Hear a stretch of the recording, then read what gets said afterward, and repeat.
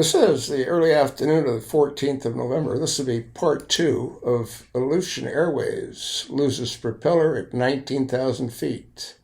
Cuts the belly of the aircraft. So let's have a listen. My knowledge of the aircraft. Dispatch, Reeve. Hang on. I gotta get some controls back where I absolutely cannot land. Over. Roger, Reeve. We're working on that. The Electra has 2 separate flight control systems that work side by side, but are completely separate from each other. They have the autopilot, and then they have manual. So if one is damaged, the other is there. In this scenario, the mechanical side was damaged, and the autopilot side was not damaged. Minton considers the options. His conclusion shocks everyone. Disconnect the autopilot, see what happens. All of us wanted to see if manual control of the airplane was an option. And the only way to do that is take the autopilot out of the system and see if the normal manual hydraulic system was workable in any way, shape, or form. Reeve, John Minton suggests turn on the autopilot. Are you out of your frickin' mind? If any of the manual flight cables were severed during the accident and Gibson disconnects the autopilot, they may be left with no control at all. Yeah, we thought the airplane could possibly just go out of control. And then if we couldn't re-engage the autopilot, then we'd really be in for a thoroughly entertaining afternoon. In what could be his last flight command, Gibson hits the autopilot disconnect. Disconnecting autopilot. For him to put his thumb on that button and disconnect that autopilot was just about the bravest thing I think he thought he ever did in his life. The plane remains steady. With the autopilot disconnected, Gibson checks to see if his manual controls have loosened. Nothing. Damn it. They're still jammed. Jim immediately turned the autopilot back on again. And by this time, we were pretty depressed. This was not looking good at all. There was no way that we could have landed the airplane just using the autopilot. There just was not enough control. The lives of the 15 people on board depend on the pilots getting more control of the plane. But having spent hours struggling with jammed manual controls and a crippled autopilot, Captain Gibson needs a rest. Gary, I'm done. You gotta take it.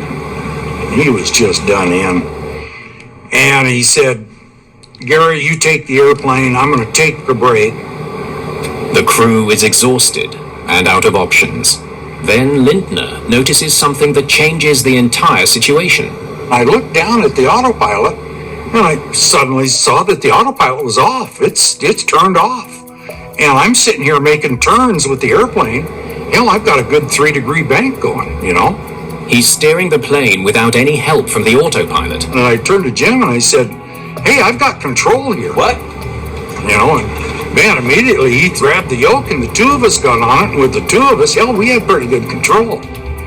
And that's when we said, oh man, this is a whole different ballgame now. Somehow the pilots have gained enough manual control to pitch the nose up and steer a course for the runway.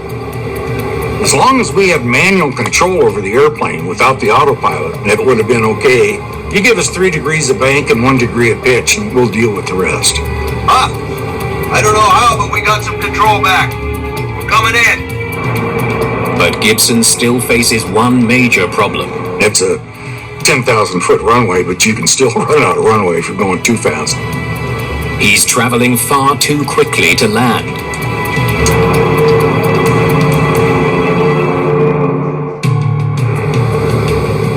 Captain James Gibson is about to try landing his badly damaged Lockheed Electra. The plane's 4 engines are numbered left to right. The first 3 are stuck on full throttle. Gibson needs to shut one of them down to slow his plane. Huh?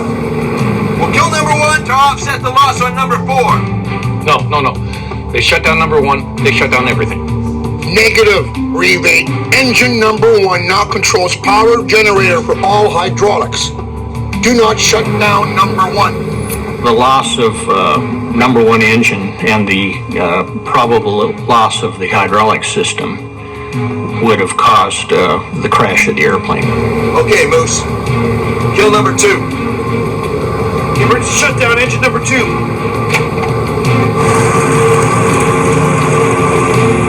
Their speed drops, but not enough. 185 knots. It's too fast. If Gibson overshoots the runway, he could kill more than his crew and passengers. There's a residential neighborhood just beyond the end of the runway. Everything I had was crossed. Fingers, toes, eyelashes, because this was a no kidding, backed up against the wall situation. That there was no fooling around. Lives were at stake on the ground and in the air. Gibson speeds towards the runway, still unsure how to stop his plane once he gets there. At 8:13 p.m., he risks it all and attempts a landing. Let's do this. Anchorage, Reeve 8, ready to land, runway 6 right. Reeve 8, clear to land. Runway 6 right. You might want to go in the back for this.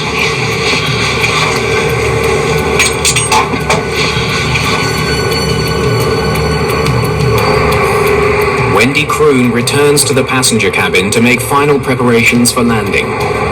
I really had that strong toe to, do my duty and get to the back. To do so, she must cross the gaping hole in the cabin floor. I jumped across up onto the seats with my arms trying to hold on to the overhead bins, trying to hold up as much weight as I could.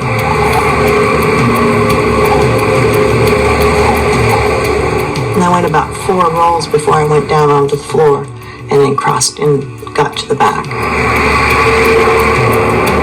With barely any control and too much speed, Gibson begins the approach. Shoes off, place all sharp objects in the air sickness bags.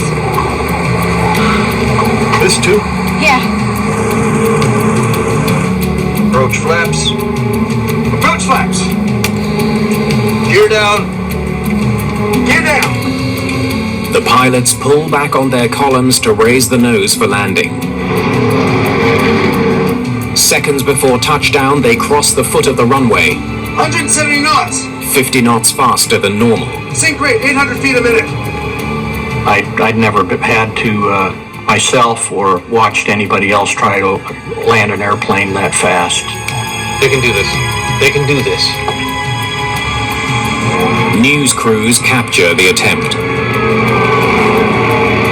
But at the last minute, Gibson realizes he's still going too fast and can't land safely. Son of a bitch. Go around. Go around.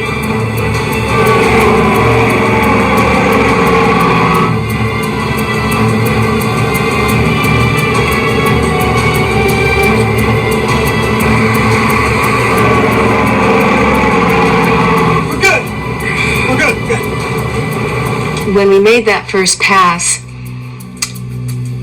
it was too fast, and they were not going to land. And so it was exciting when the gear went down and it came back up. That was good. We're making a go around. The airplane was very low above the trees as we were going up and around, and you could see houses and people down in their yards. The failed approach proves Gibson may be attempting the impossible. Our problem was that we were just going too fast. We were doing 170 knots all the way down. Gibson must find a way to reduce his speed by at least 10 knots. But shutting down the remaining engines is not an option. The Electra's short wings get most of their lift from air pushed back by the propellers. You can't just turn the airplane engines off and glide. There was just too much drag from those large propellers, and so the lift of the wing would be gone completely, so the airplane would just fall out of the air. With 2 engines at full throttle and too much speed to land, Gibson loops out to sea and begins a second approach. Reeve 8 tower. Clear cleared for second approach, runway 6 right. Gear down! Get in! Planes pick up speed as they descend. To reduce his landing speed, Gibson decides to start his second approach from a mere 800 feet. He also makes a bold decision that will make a second go-around impossible. On touchdown, he's going to kill the 2 remaining engines. Last chance, guys. Come on, come on, come on, come on.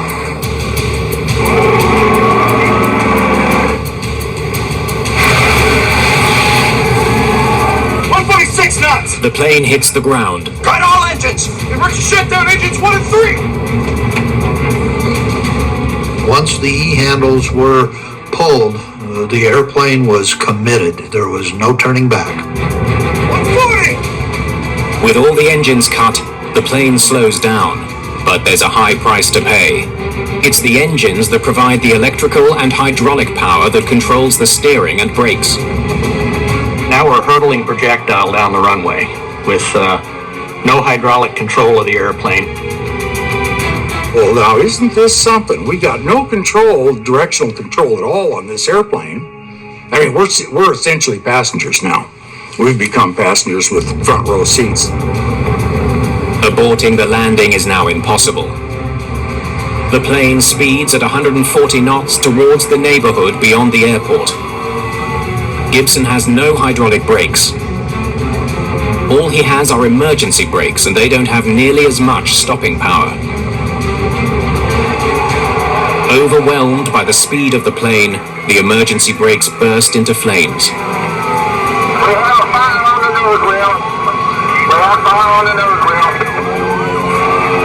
Now we're going off the runway. We're definitely going off the runway. We're just looking straight into that ditch. And Jim says, brace yourselves, boys. Brace yourselves!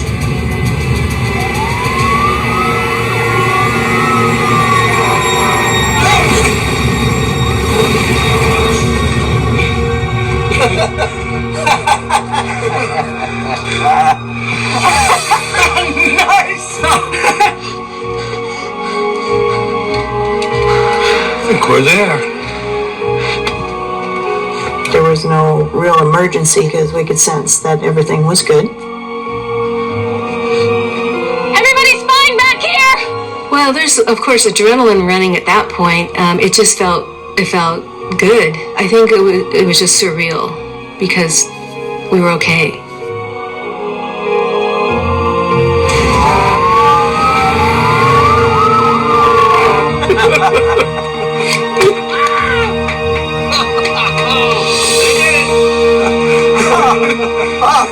We're all good!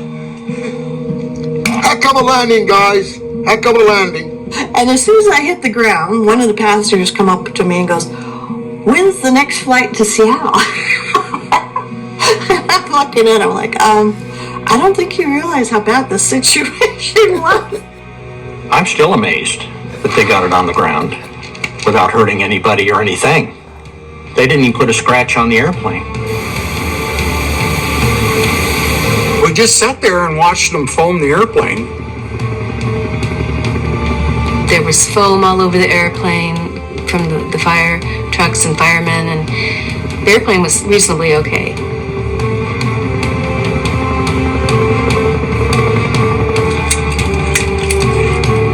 Passengers exit the plane. But Gibson has one last command before he releases his crew. That's coats and ties, boys. Jim said, well, boys, I think we handled that like real true professionals. I think we ought to get our hats, coats, and ties on for our departure. After a 6-hour ordeal, Captain Gibson and his crew have landed a badly damaged plane and saved the lives of everyone on board. The company was always telling us that we're a bunch of unprofessional assholes. I guess you can't probably print that, but at any rate.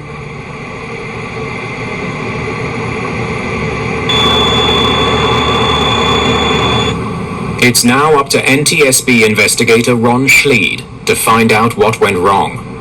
The loss of a propeller in flight is a very serious event. It can lead to catastrophic accident, has led to catastrophic accidents in the past.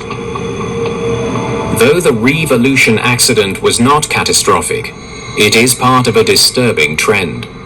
Since 1965, there have been 4 cases of spontaneous propeller loss on the Electra L-188. We had an airplane that nearly went into the ocean because the propeller came off.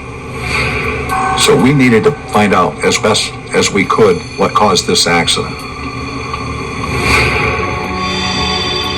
In Washington, investigator Dennis Grossi reviews the cockpit voice recording to understand the challenges faced by the crew as they tried to land. Shortly after takeoff, the flight crew detected a vibration. That vibration continued on and until the propeller departed the aircraft.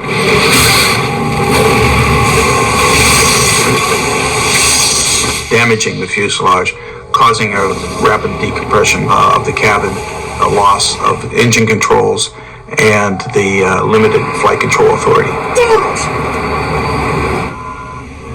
For Schleid, there are only 2 possible causes that can explain the loss of the propeller. A fatigue crack or some other pre-existing damage would cause the whole propeller assembly to separate, and that has happened before.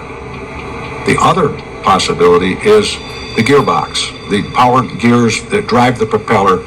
If there's a catastrophic failure there, that can also cause the engine or the propeller assembly and gearbox to separate. That has also happened in the past. His team studies what's left of the damaged engine. Right away, it's clear his investigation will be difficult. The wreckage really didn't give us much of a clue because what we needed to look at was gone. The propeller and the gearbox it was attached to are lost at sea.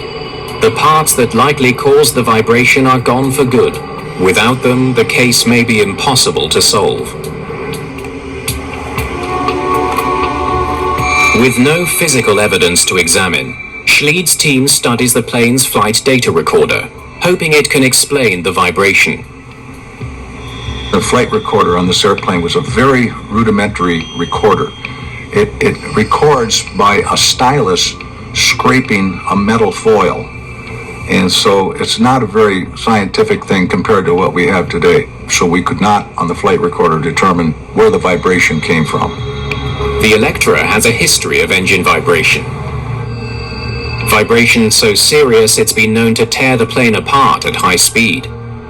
Investigators examined the rubber mounts designed to absorb those vibrations. If they're worn down, it could explain the accident. But the mounts appear fine. The investigation hits another dead end. We could not determine even a probable cause in this case. When you can't do that and have to say, I don't know, that's very hard for an investigator to say. But there is one other question Schleid hopes he can answer. Why was Gibson's plane so hard to land?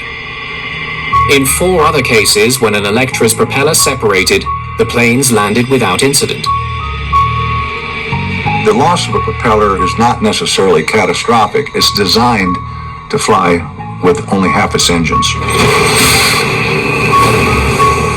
Yet with 3 engines intact, Gibson could barely maintain control of his plane. Something made this case unique.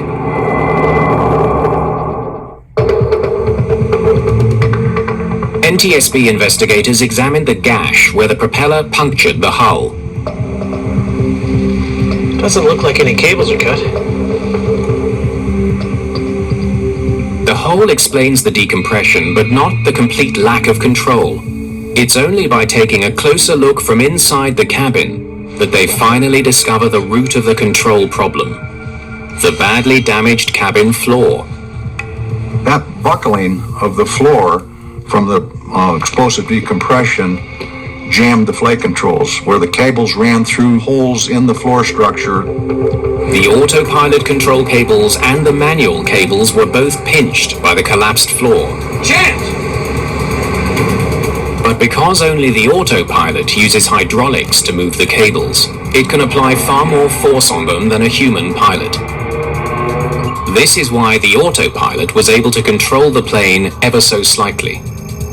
they were able to get the autopilot to move the control surfaces to make minimal corrections and keep the airplane stable. Hey, I've got some control here. What? But with the manual cables so badly jammed, investigators wonder why the crew was suddenly able to regain enough control to land the plane. A closer look at the pinched cables explains why they eventually came free.